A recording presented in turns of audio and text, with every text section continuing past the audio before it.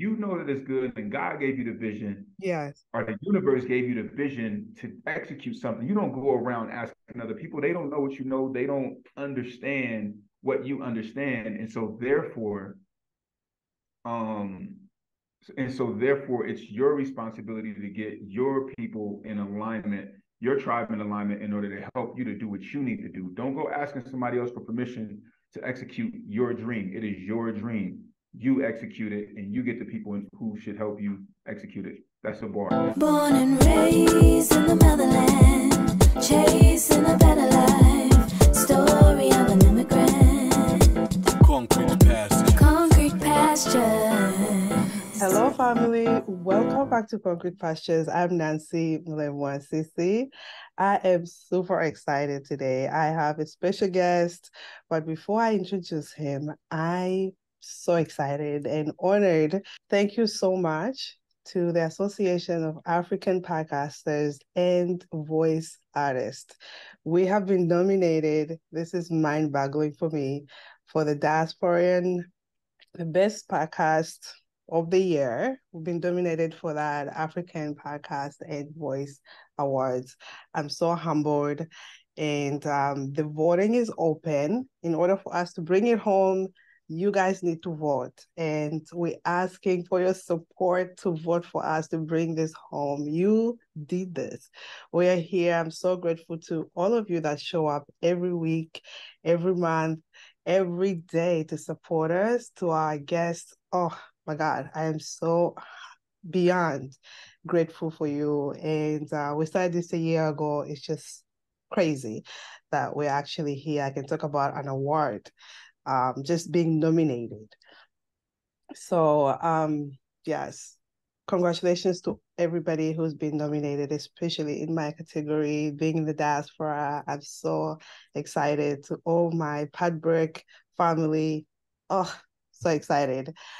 Again, thank you so much for tuning in. To all of our new listeners, this is a space that allows myself and others to share our stories as we deconstruct the world's view of immigrant status. We unlock the joys, the laughs, the bravery that a dreamer brings. As we continue to grow our community, while you are here, support us by subscribing to this channel. Stay a while as we dive in today's episode. Like I said, again, I have an amazing guest. To me, I think he's a pillar in this industry, in this space. His name is Kevin Y. Brown. He is a seasoned multimedia executive who is passionate about Africa's digital future. As an award-winning entrepreneur, podcaster, producer, over 1,000 episodes across different genres with over 30 million downloads across clients, and tech veteran, Kevin leads AfriParts. We're going to talk about that, multi-country strategy and product vision. Kevin is the host of the Create Your Life series podcast. Mind-blowing, amazing, and has been featured or spoken in Forbes, Black Enterprise, Essence, Podcast Movement, Podcast Sessions, TEDx, Sirius XM, Inc., Magazine, and many more. Welcome, Kevin. Thank you so much for having me, Nancy. Oh my God, I'm so excited to have you. Just to give some content to people, it's 6 a.m. here in New York and it's 1 p.m. in Kenya. I want to start with how we met. Okay. You guys hosted an AfriPod meeting with the Zambian podcasters. I found out the day before you guys were having it, and I'm in a group called Podbreakers. It's a group of creators, from African creators from all over the world, and one of our members posted the flyer that you guys had, and I was like, oh, I'll join tomorrow. And then I joined, I meet you guys. I was like, oh my God, I'd love to have them on the podcast just so I can learn from you guys. You are a pillar in this space, which we're gonna dive into, and but I like to start from the beginning. Were you born in New York? No, I am from California. I was born in San Francisco, California, and grew up primarily in Vallejo, California. So I'm from Vallejo. Nice. Bay Uh, Area. wow. So I know you're passionate about foster care, and I would just love to dive into how you got into the foster care system and that Mhm. how has that shaped you? Oh yeah, absolutely. So I went into the foster care system when I was about 9 months old, and I emancipated at the age of 18. How has foster care shaped me? Honestly, I think that was probably one of the most important experiences of my life. Foster care, is character building. I wouldn't say that it is easy. Mm, Definitely far from easy, but I think it teaches you a lot about yourself and how to be self-reliant. And I think some of the amazing things that I learned was that if you really want to make something of yourself, or you really want to go out and essentially create your life, which is the name of my podcast, yeah. then you are in charge of it. You know what I mean? You're the master of your fate and the captain of your soul. And so with that, because there were no expectations, it allowed me the freedom to create um, the reality in which I wanted to live. And so with that, I still to this day, I might get an idea in my mind and then I just figure out how to execute it. Those are all benefits of having been in the system, as well as being able to adapt to multiple places and different environments. Hence me living in Kenya, right? Which is an amazing place to live, being Nairobi.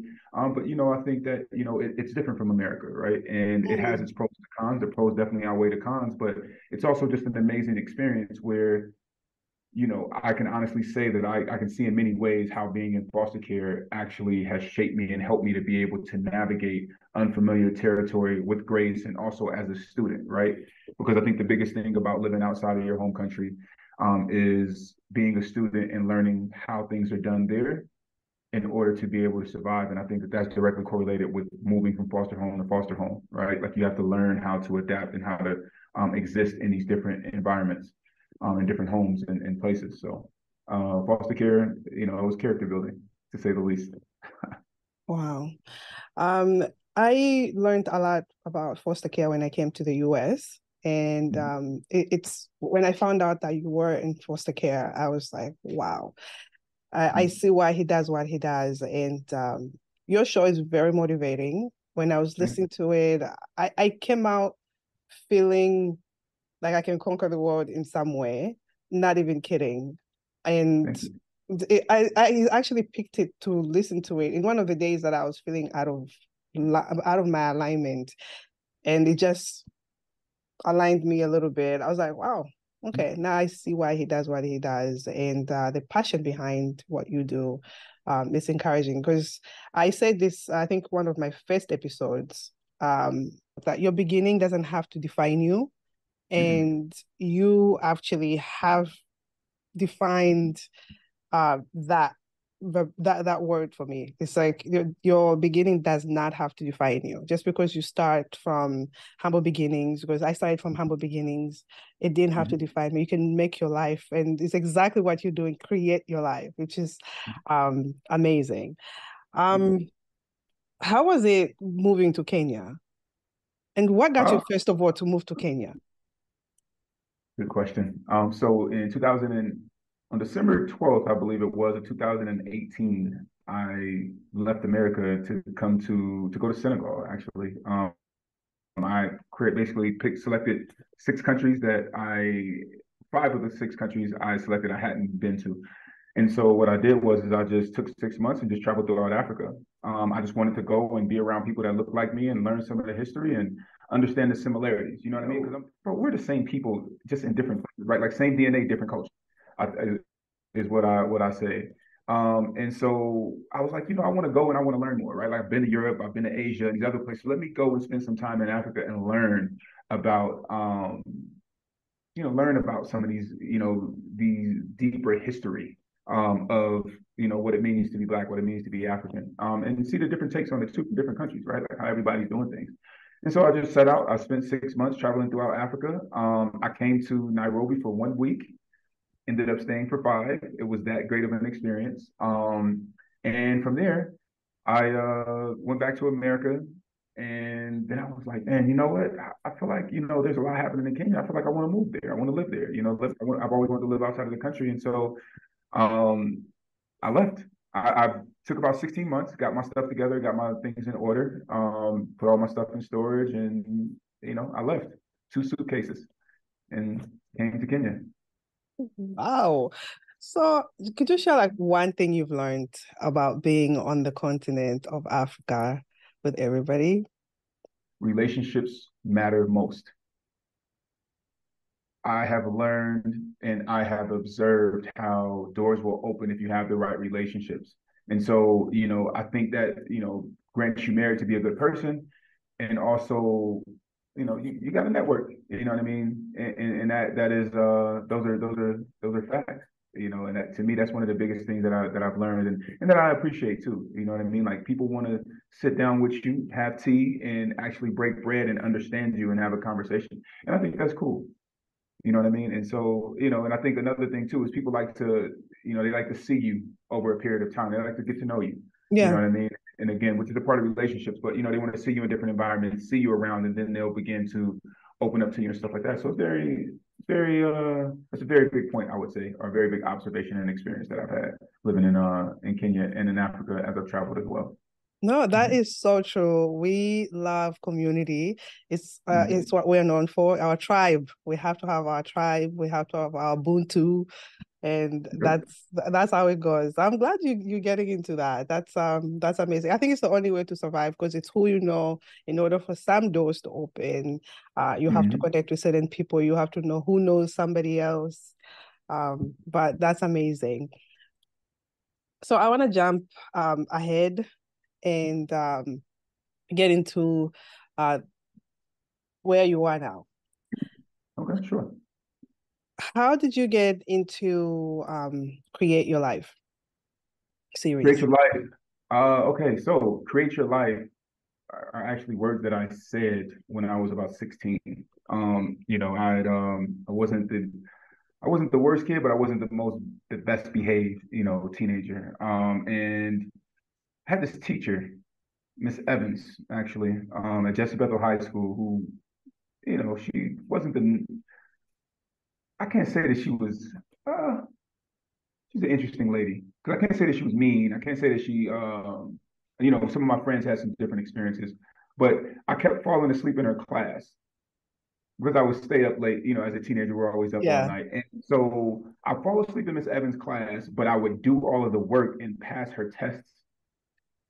Wow. And somehow she had worked it out into a formula where I could get no higher than I think it must have been a C.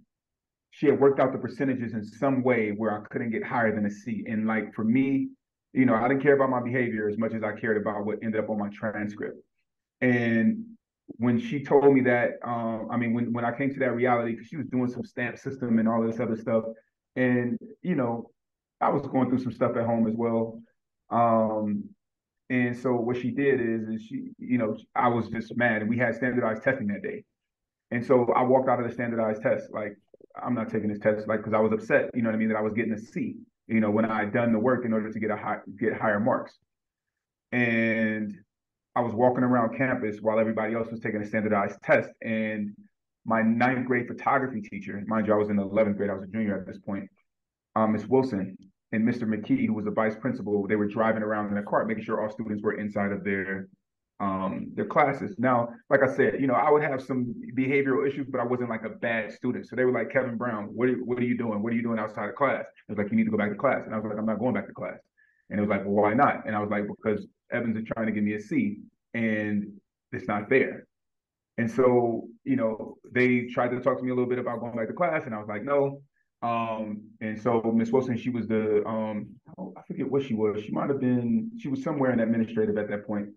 And so she took me to her office and then she sat down with me and she said, well, Kevin Brown, you're not going back to class? I was like, no. She's like, well, then I'm gonna have to call your family. And I was like, go ahead. I'm a foster kid. You can call there. Ain't nobody gonna answer. And so she called like twice. Nobody answered. And I was like, all right, well, whatever. And so she sat me there and she said, well, what you gonna do with yourself? She was like, what do you want to do with your life? And I was like, do you really want to know?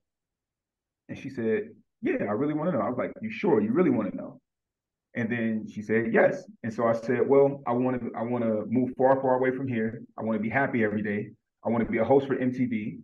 I want to have I want to be a millionaire. I want to have my own clothing company. And she said, wow, you really thought this out? And I said, yeah. And she said, well, how are you going to do that? And I said, I don't know.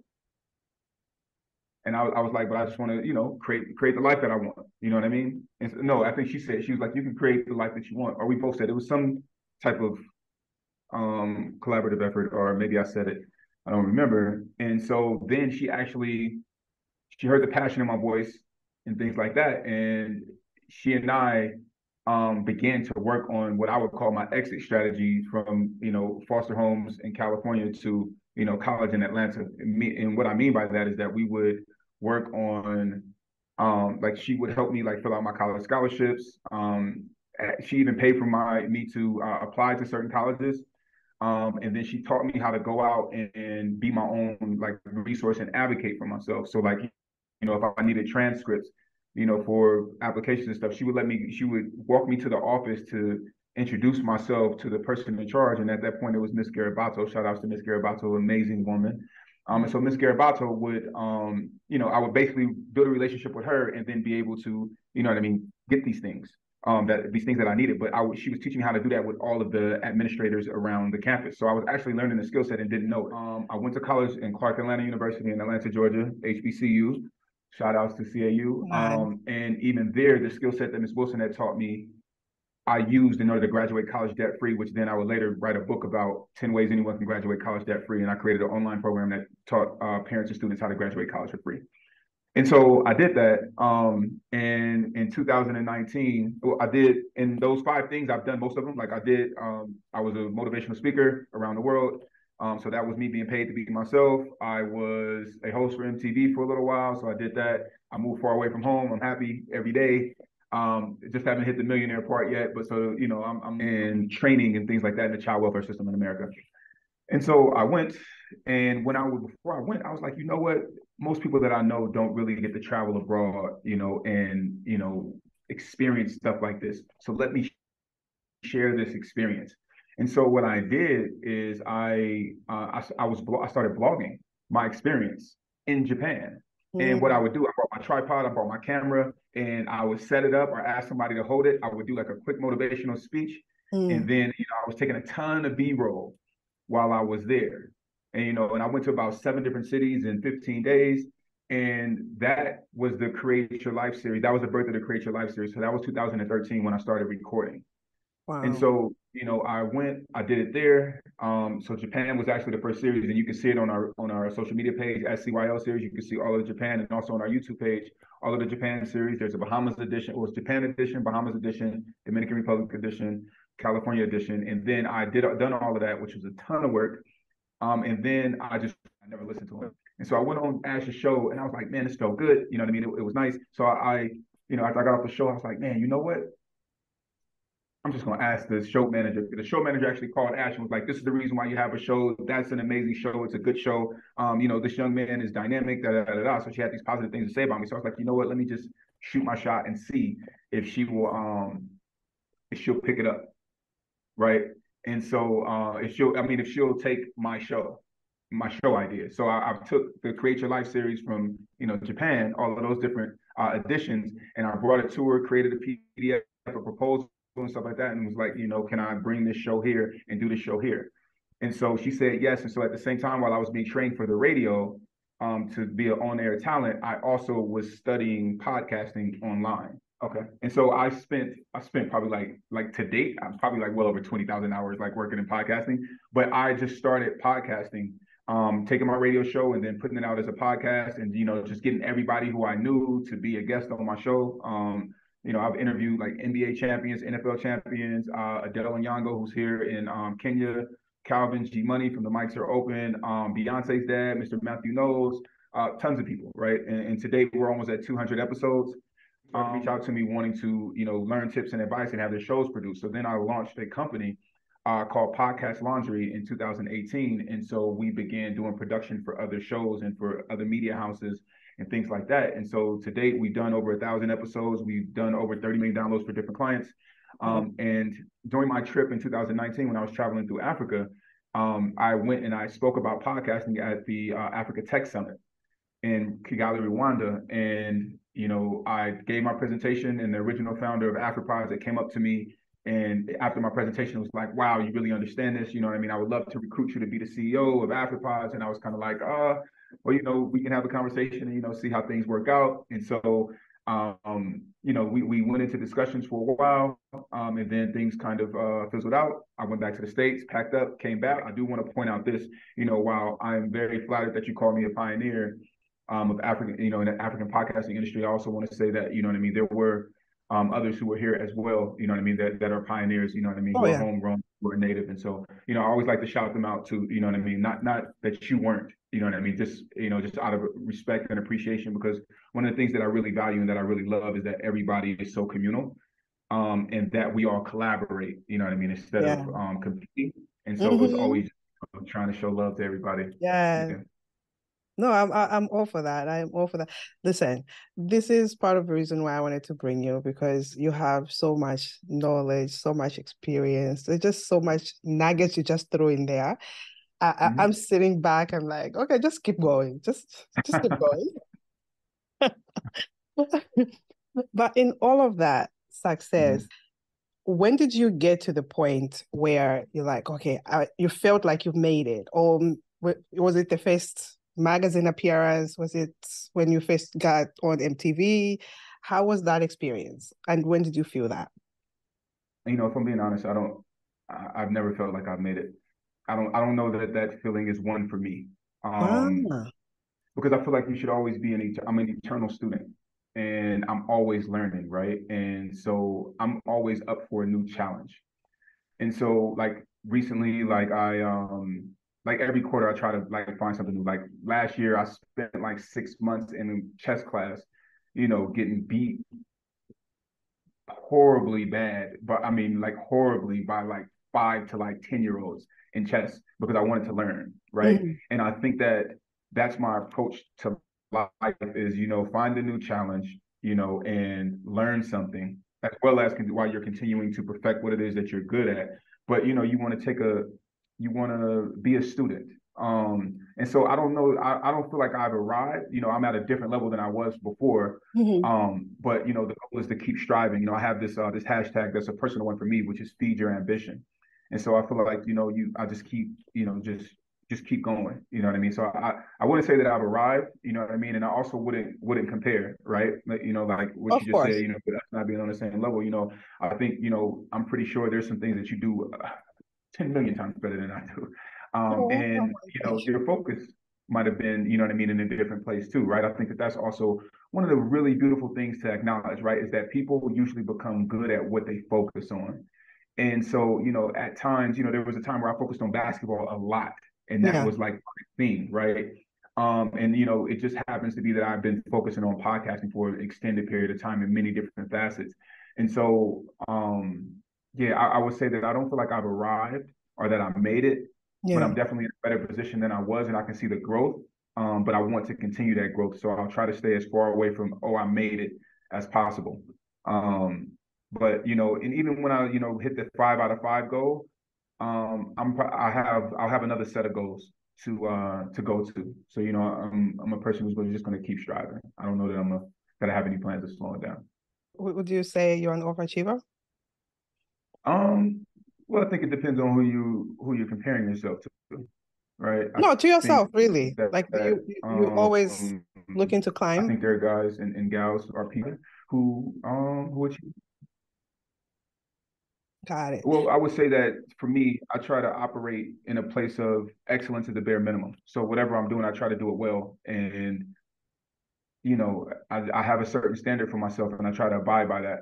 And so, that's how I interpret, the way that I approach things. I want to put that Kevin Y. Brown stamp on it and be like, you know what, like you can tell he was here. Like I know his style. Nice. I understand, you know what I mean, the pedigree in which this comes with. And, I think even with us, the relaunching of recording podcast episodes and the new series that we're doing, Africa X, which specializes and focuses on experts from Africa, in Africa, about Africa. When you look at the branding for it, like I feel like that branding is better than the branding that we had for the show overall. Though it's similar, but I feel like that gold and that black with that touch of white in it just takes it to another level. And even as you know, in the last week, as I've been working with my videographer, and we have been working to create the asset templates. You know, we spent like hours, you know what I mean? And I've spent hours, you know, creating different samples, trying to figure out which one is better, doing graphic design work, you know what I mean, doing video snippets myself, then giving it to her doing the same, and then back and forth, back and forth, back and forth, all of these things in order to make sure that we operating at a certain level. So whenever you see our product, you know what I mean, you can say, hey, you know what I mean, like that has like, you know what I mean, a Kevin Y. Brown stamp on it. And even transferring that sentence over, the same thing with Afropods. Like, you know, being at Afropods, I've been leading the product as well as the you know, the kind of the technical vision, you know, for where we're going. And, you know, in some aspects, of course, you know, every company, you know, is you know, we all have areas or ways to improve. But you know what I mean? If you look at where we started 2 years ago and you look at where we are now, you know what I mean? Like we're light years, and it's only going to continue to get better. So I think, you know, understanding the process and how progress actually happens, and you know, making sure that you're operating at a certain standard, your team is operating at a certain standard, I think is the most important thing in the way to execute and to actually live your life too. Even though, I mean, granted, we are human. Beautiful. No, I was actually even going to ask if you're aware of the impact you're making, and you just responded to that. Honestly, I don't know that I'm aware. I don't know that I'm aware of the impact, because a lot of times when you have your head down doing the work, I think you are, you know, you're doing the work. But you know, I hope that I know that the work is important, and I know that we are doing the work, right? And so, you know, I hope that the impact matches the effort and the intent. Definitely. I think it I'm is. prayerful for that and hopeful. No, I think it is, Thank you. because I think a lot of us are actually even like borrowing from some of some of the things that you've done, and we're borrowing from that. Because even me just looking at your website, I was like, oh my God, I had no idea he did this. I had no idea he wrote 2 books. I knew certain things, but then I had no idea you wrote 2 books. I was like, oh my God, this is amazing. This is inspirational. And part of that is what you are giving to the foster community, to us who are starting in this community. And what have you, because I know that you are into empowering others to maximize results, your words. And how do you do that every single day for yourself? Maybe we can learn a thing or two. I got you. So yeah, no, definitely. I'm big in, you know, people maximizing their potential and results, right? Like that's the biggest thing. Like I feel like the worst thing that can happen to a person is that they never maximize their potential. So how do I do it? I wake up at 4:20 in the morning every morning to make sure that I'm out of the bed by 4:30. From there, I start my hour of power at least by 5. You know, I might take some time to think, listen to my daily affirmation, and kind of, you know, gather my thoughts. At this point, my phone is in airplane mode, so I'm not distracted by the outside world. I do my hour of power. From my hour of power, that's from 5 to 6. At about 6, I start to get ready, and so I'm headed to the gym. And so I'm in the gym from about 6. Well, I'll make it to the gym by 7. It's a little bit far. So I'm out the house by 6:30. If not before, then I go straight to the gym. It takes about 20-25 to get to the gym. I work out for about an hour, hour and a half, shower, then I go up to the office. So I'm usually about an hour, hour and a half early to the office. From there, I start to, you know, work on, you know, prospecting, doing some outreach and things like that. And then I get into the workday. So I'm preparing and doing things before that. So I'm usually in the office from 8:30 to probably around like 6, 7. I'm usually the last person in the office all the time. So probably like first and last. Yeah, I'm usually first and last in the office. And then I go home. You know, I may go and like check some friends for a little while or something like that, but I try to be in bed by 10 so I can wake up and get to it again. And then you said, like, how do I make sure that I'm maximizing my potential? So I started a goals group with some of my friends, where we actually we set goals for the quarter and we track them by percentages. And we have a weekly standing meeting on Sundays. And that has been very good. I used to do it by myself. And so like bringing my friends into it has been like amazing, and we've all been able to push each other. And so, you know, we have different quotas, right? So like, you know, if you if you get less than 80%, hold on. So everybody has to put in $100, right? And so you put in $100, it goes into a pot. If you hit over 80%, the $100, whoever didn't make the 80%, the $100 is split amongst those who did. And so it's just an incentive. It's not about the money. It's about achieving. We want everybody to be 80% or above. So, so that's been fun, and it's been amazing to watch my friends also win and grow. We've all been stretching ourselves, and we all get to have these candid conversations about different topics. Like we've been talking life insurance, health and wellness checkups, therapy, working out. You know what I mean? Like we're the funny thing about this approach to things is that, when you set out goals for the quarter or for the year, you're probably going to hit maybe like 5-10% by yourself, right? Maybe if you're staying focused. There's so many distractions that can happen. But for us, 3 out of 5 of us hit 80% of the goals that we did. Now, that's a huge accomplishment within a quarter. You know what I mean? A 12, 13-week span of just going in every day, you know what I mean? Knowing that, hey, you know what? If I don't hit this percentage, you know what I mean? Like, it's not going to look good in the group. And so we even have a number that if you don't hit this number consecutively, like 2 quarters consecutively, you kicked out for the year, right? And so it's been fun, like gamifying it. And so running a group has been very fun too, checking in with my guys, because it's been powerful, because I would normally have like very powerful conversations with these gentlemen outside of this, right? And then be going at my goals. But now I'm like, all right, let's come together as a team, you know what I mean? As the Avengers, you know what I mean? All of these guys who are powerful in their own right. Let's put it together, man, and let's start to synergize the geniuses that we all have and make a better reality and better outcomes for ourselves by collaborating. And that I love the accountability piece. You just reminded me, I was in a group with Fit Banker, but it's also health related, exercising, mental, everything. So we met every Sunday as well. And the same thing, the same kind of layout as percentages, who lost what, but it's just the accountability piece of it, and also having a same goal as a group, as this is what we want to achieve. So I actually love that. You guys talk about therapy. I'm big on therapy. And it's very rare for, I think, our Black community, especially our African American community as well, that it's a taboo to talk about it. Do you mind just touching on that just a little bit? Like, what do you guys talk about? Maybe someone might learn from it. Of course. Well, I think making sure that we're going to therapy, if that makes sense. But there are things that, you might bring to the group, like, hey, what do you guys think about this? Or, you know what I mean? What am I... one of the guys actually in the group he is a therapist. But we're not getting therapy sessions, but if there's some things that are deeper that we need to discuss, then there is a conversation that can be held in a safe space where guys can be open and candid, right? And I think that's the important part. We were talking about health, make sure that you're doing your checkups, which is super important, right? Be on the preventative side versus the, reactive side. And so, you just have a space where, you're coming together and it's like, like minds. And, I'm just happy to be the glue in there. But, we talk about, I'm like, hey, man, like on my goals list is 13 for the 13 weeks. My number for therapy is 13.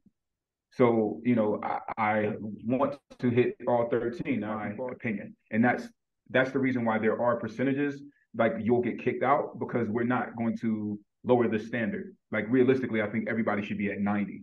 And that's what I'm going to work to. But as the person who's facilitating the group, I have to essentially get my guys in shape for us to, put goals that stretch us, and then also make us stretch in order to get there. So I'll do check-ins with the guys and stuff like that. Like, hey, man, this, that, and the third. Like, for example, at the end of this last quarter, 2 of my guys, they were going to end out at like 70 something, 77, 76. And so I called them like a few days before. I'm like, yo, bro, what's up? You know what I mean? You going to get this done, or what's going on? I need you to stretch.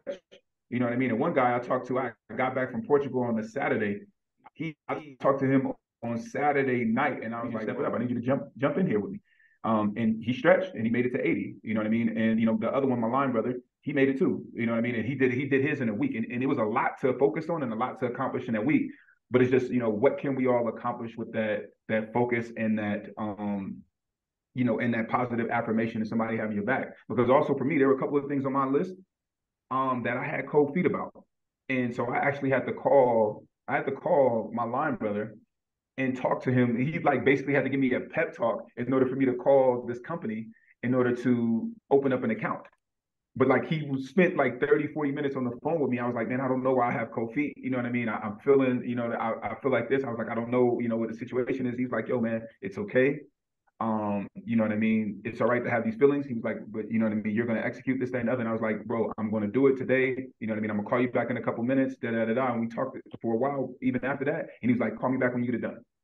And so I called him back when I got it done. You know what I mean? And to me, that could be seen as a form of therapy, right? Where somebody is holding space for you to be vulnerable, to be able to acknowledge, somebody's acknowledging your feelings, and then you're able to push through and just be like, hey, man, get to the result. And that to me is what it's, it's about. We get results around here.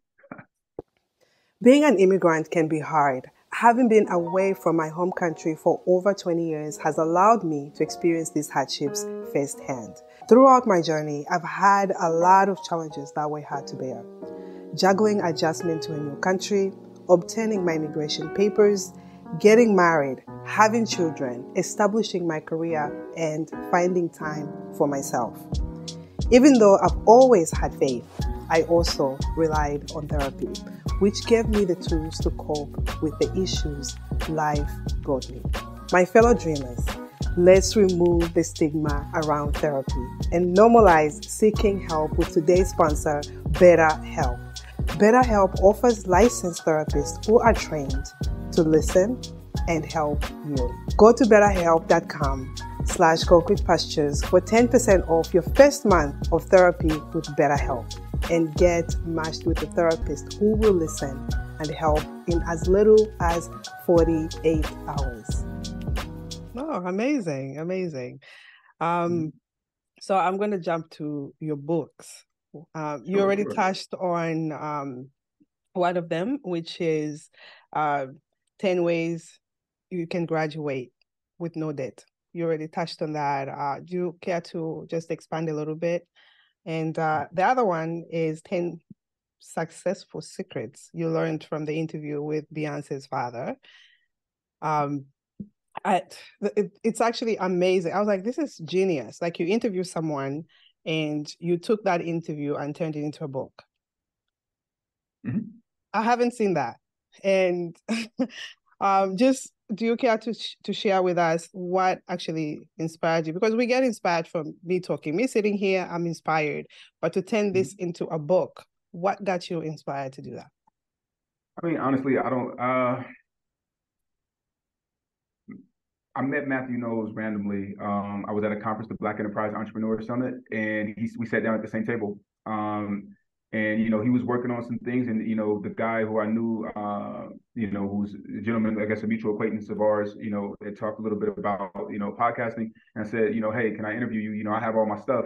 At that point I was walking around with a podcast studio on my backpack. Yeah. And so, he said, yeah. I went and interviewed him. He actually came in from a workout, said, I have 15 minutes for you. And we ended up sitting and chatting for 47. Wow. And, the thing about him is, again, I'm not here to judge people, so I don't get into that. Of course. The thing about Matthew Knowles is there was a lot to learn from him. He had a lot of knowledge. See, people don't understand Matthew Knowles was making six figures way before his daughter became a star. He was also a music executive way before his daughter was a star. See, and he talked a lot about his humble beginnings, being from the South and growing up picking cherries and things, tomatoes and things like that. And I thought that, for a person of his stature who has mentored many people and who has gotten, has created, I think, the biggest star since Michael Jackson, there's validity in a lot of what we call in the Bay Area game, that he had to share, which is his knowledge, right? And, I thought it was worth sharing, especially, again, the biggest star since Michael Jackson, and so I thought it was a no-brainer. And, the book is free. It was for people to basically, you sign up for our email list. Hey, here's a book, of, the lessons that I learned from, Beyonce's dad.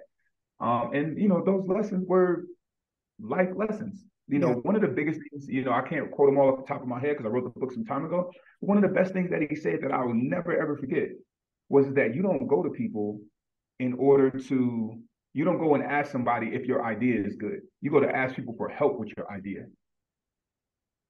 That is powerful beyond belief. Yeah. Because if you know that it's good and God gave you the vision, yes, or the universe gave you the vision to execute something, you don't go around asking other people. They don't know what you know. They don't understand what you understand. And so therefore,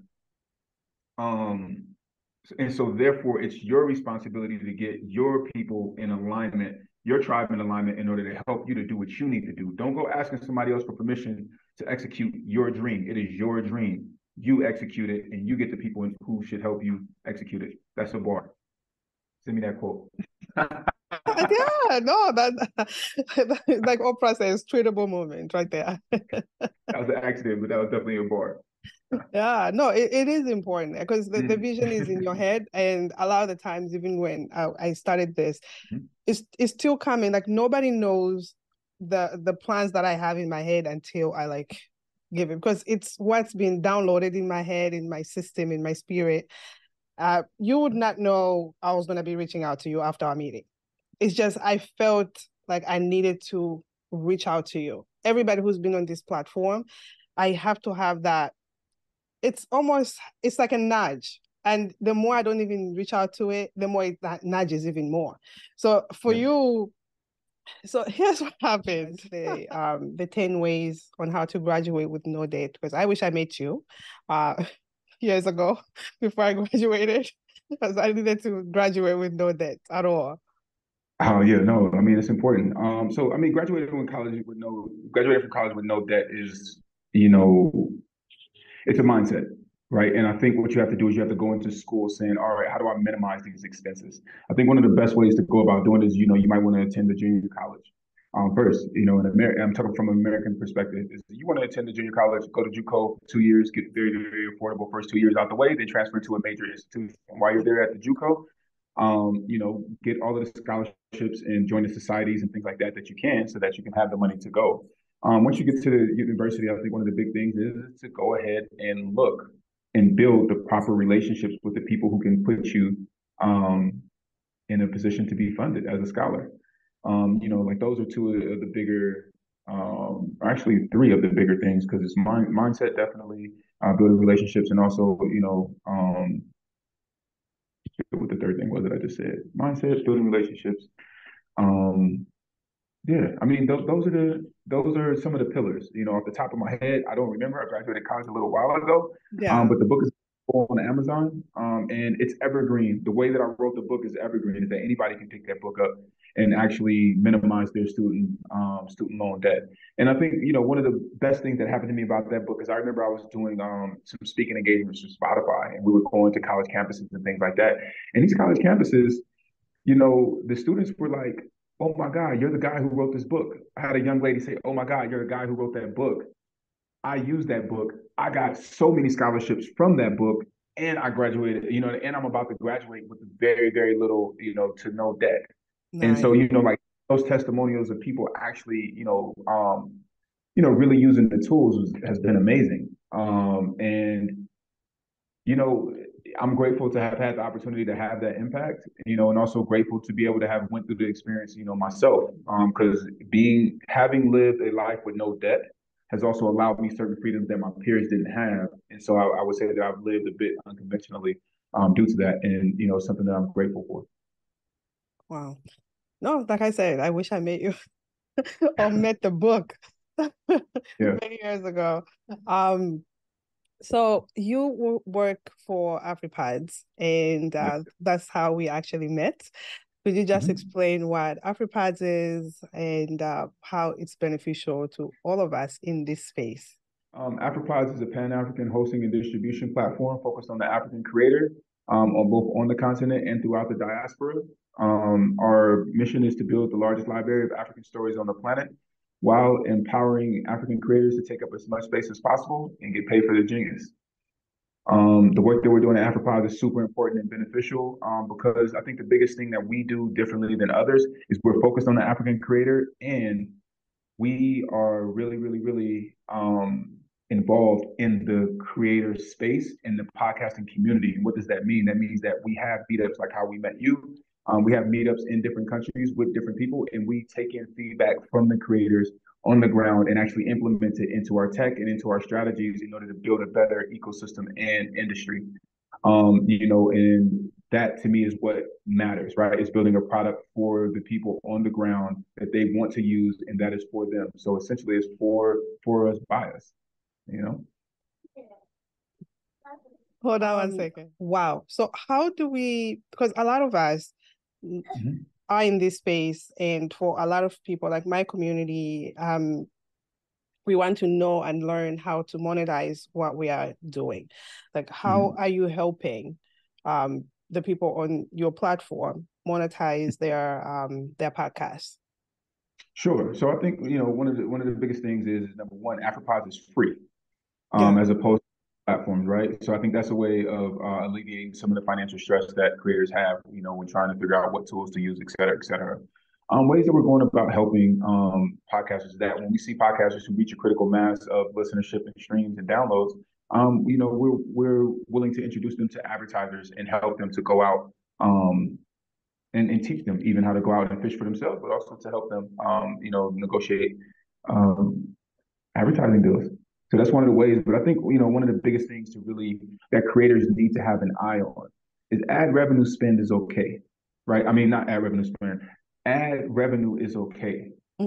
But to really make money, if this is about making money for you, number one, you're in the wrong game, because podcasting it's a long game. So if you're immediately trying to worry about how to get paid, it's probably not going to work out for you. It's the same thing if you're a YouTube creator, right? But people usually podcast for three reasons: to increase their income, leads, or authority. But see, here becomes the thing. If you could, podcasting helped me go from being a four-figure speaker to a five-figure speaker. Nice.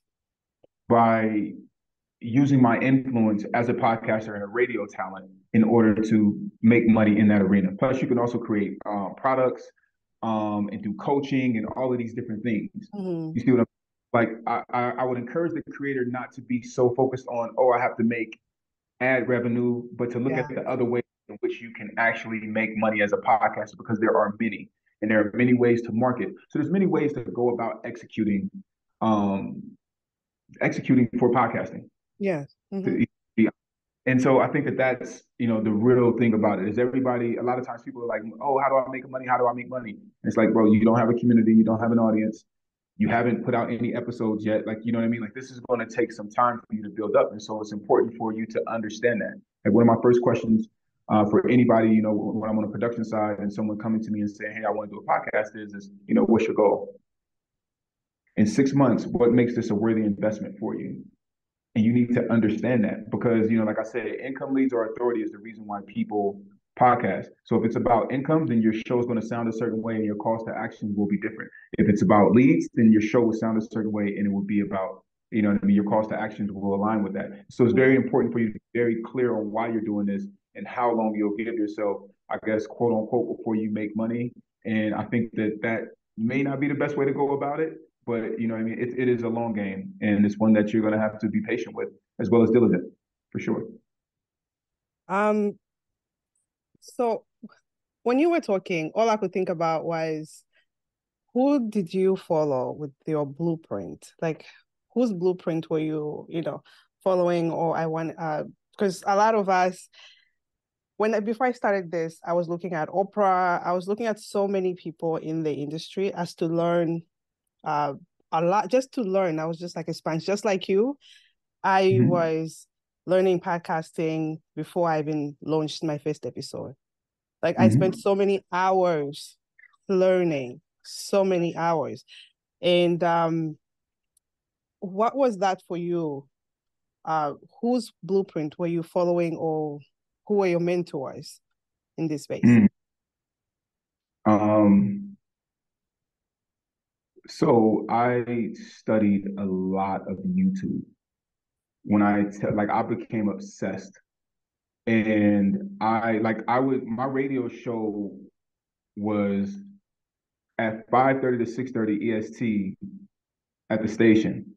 I would get to the studio on a Sunday, probably at like 1 or 2, be working on all of the stuff for my show, and then I would stay for hours afterwards, sometimes even past midnight, 1, 2, and just be there watching YouTube, studying, working on my skill set, my editing, and watching YouTube videos of different people. So I watched a lot at Flynn, Smart Passive Income, and then I watched a lot of John Lee Dumas, but I was more so studying their business model.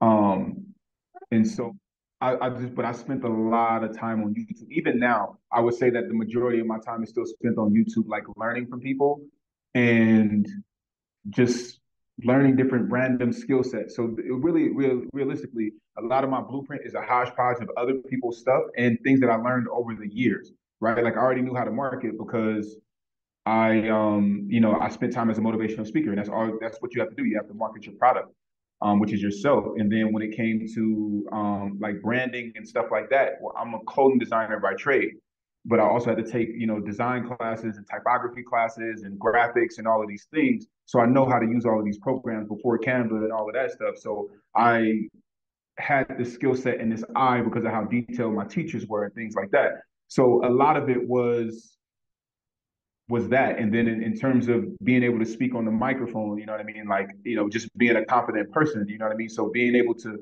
it's a mix of a lot of things. So it wasn't just one blueprint, but there was a lot of studying and trying to understand and asking a lot of questions to myself and also to peers who knew more than I did, just about different aspects of business, different aspects of being on a microphone. So honestly, I think curiosity was probably the biggest, and still is the biggest aspect of driving me to be, you know what I mean, a success in the industry and in the business. Is that I ask questions and I sit back and I observe. Even here in Kenya, like I'm asking a million questions and observing and inquiring. Okay, well, how does this work and things like that. And I think interviewing people underrate the skill of interviewing.